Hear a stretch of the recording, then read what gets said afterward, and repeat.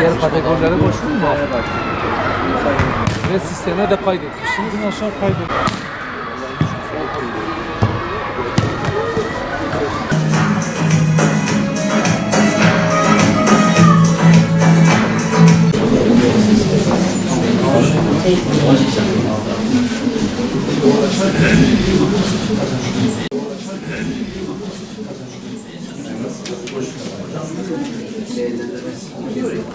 Din Öğretimi Genel Müdürlüğü tarafından mesleki yarışmalarımız düzenlenmektedir.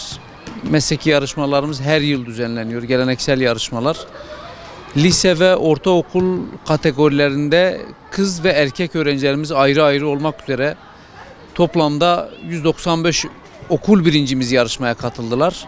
Kendi okullarında birinci olan öğrencilerimizi il finallerinde ağırlıyoruz. Bugün de Kayapınar Kız İmam Hatip'te kız öğrencilerimize yönelik, lise öğrencilerimize yönelik Genç Nida Kur'an-ı Kerim'i güzel okuma yarışmasını düzenliyoruz.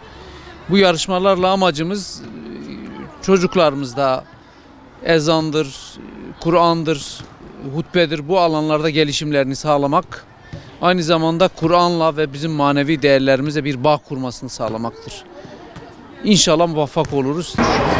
Diğer kategorileri boş mu? Ve sisteme de kaydetmişsiniz.